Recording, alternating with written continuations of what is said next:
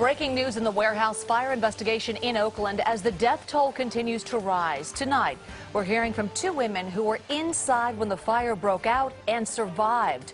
Plus, new information about the man behind the artists collective known as the Ghost Ship. And good evening, I'm Juliette Goodrich. I'm Brian Hackney. The fire ripped through a converted warehouse on 31st Avenue and East 13th Street during an electronic dance music party on Friday night. Here are the latest numbers. At least 33 people are now confirmed dead, making this the deadliest fire ever in Oakland. And so far, firefighters have searched 35 to 40% of the building. The families of two victims have confirmed that they died. 35-year-old Travis Huff was a member of an electronic band. 32-year-old Donna Kellogg was studying at a culinary school and worked at a local coffee shop. KPIX 5 Jessica Flores is outside the warehouse right now with some new information for us. Jessica. Well, we've learned that the Alameda County District Attorney's Office investigative team is on the ground here should this turn into a criminal investigation. We've also learned there are two priorities right now. The first, of course, finding those victims. The second, preserving the evidence. Yes, this tragedy has hit very close to home for our agency. One of our deputies that we work with lost his son in this fire.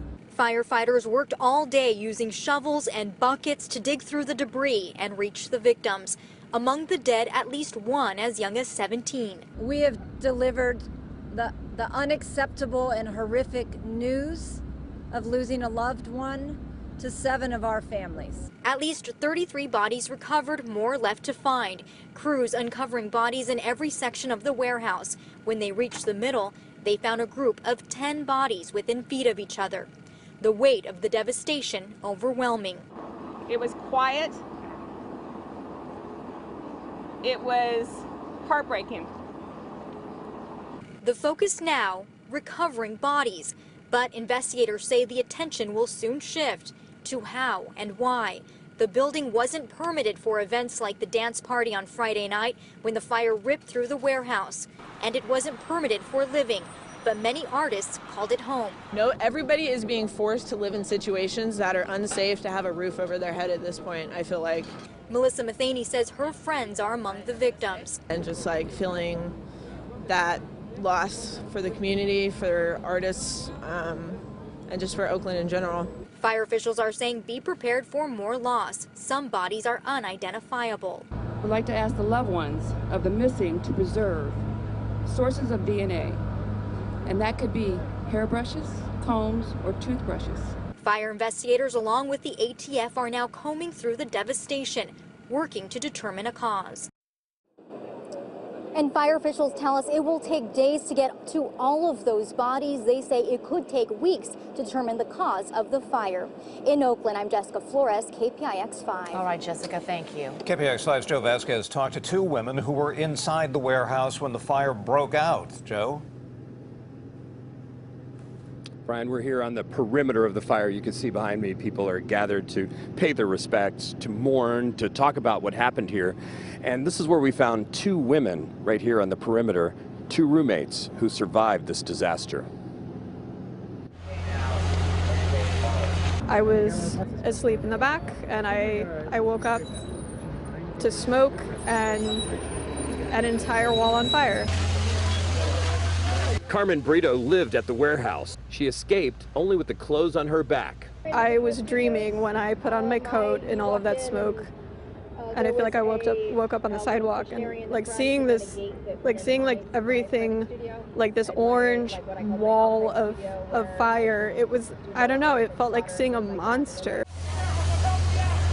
15 feet of flames, getting into my loft and just being like hit in the face with black smoke that I was immediately like blinded by. Nikki Kelber also lived inside and also escaped the flames. She says she and other residents immediately began giving instructions to help people who were trapped. Everyone get down, get down as low to the ground, get below the smoke, and then trying to get people out, and then actually getting outside and realizing that there are no fire trucks here yet. There is nobody here. Nikki says she sprinted to the firehouse a block away. Meanwhile, Carmen says overwhelmed residents tried their best to tame the flames. There were people trying to put it out with fire extinguishers. We had smoke alarms. We had fire extinguishers.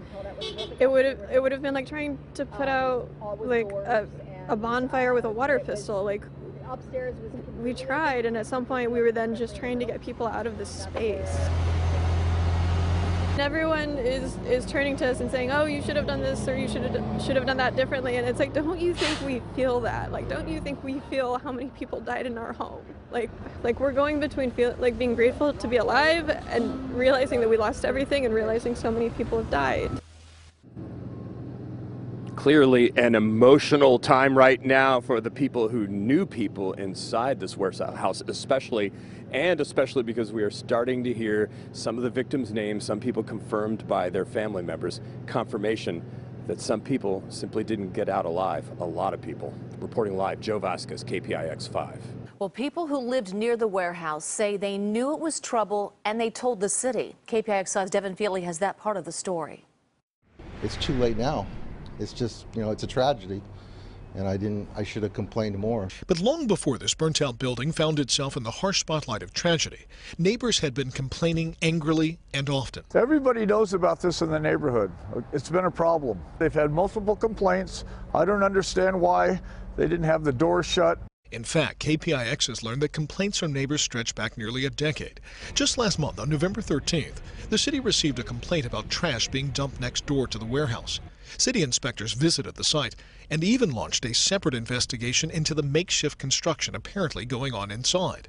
But when inspectors returned 4 days later for a follow-up visit, city officials say they couldn't gain access to the building, and the investigation appears to have stalled. The neighbors are calling in constantly about the trash. If they would stay on top of this stuff, this could have been prevented, I think. And there is deepening sadness and frustration amongst neighbors who say they've been trying without success to sound the alarm for years. They should have had that place boarded up, in my opinion. In Oakland, Devin Fehely, KPIX 5.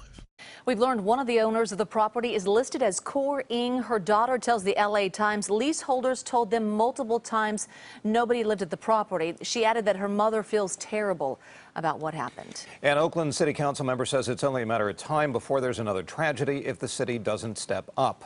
Every weekend, Councilman Noel Gallo and an army of volunteers pick up the garbage off the streets, including around the warehouse. He says he's spoken to the owner of the building before. He says the owner knows the issues.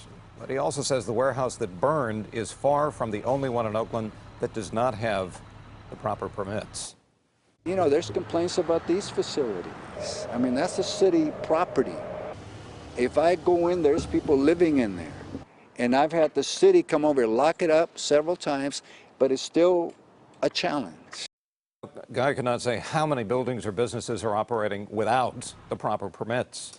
And for the families of those missing, it is an agonizing waiting game. John Ramos shows us therapy dogs are being brought in to help. At this sheriff's substation in Oakland, yesterday's mission was family support. Today, it was about organization. We were talking to our own Red Cross people about what's going on and how to staff and what we need to do. A slow but steady stream of Red Cross workers, county disaster managers, and first responders came and went. They're here to coordinate efforts to deal with the trauma of those still living. There has been some assistance given to the people that were living in the facility.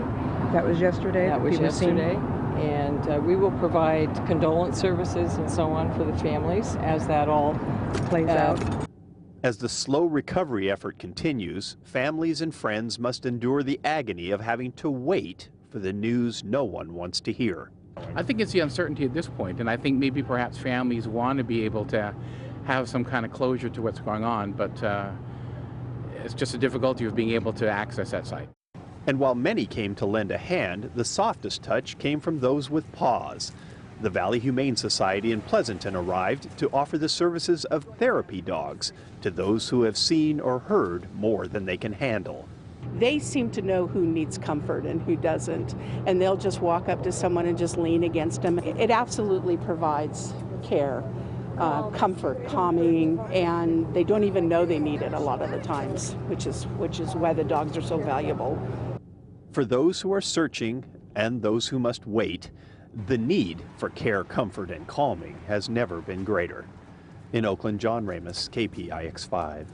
The Red Cross is supporting people who need help. A shelter is available at 2425 East 12th Street. For those searching for a lost loved one, you can go to the shelter in person, or you can call the number on your screen, 510-238-2181.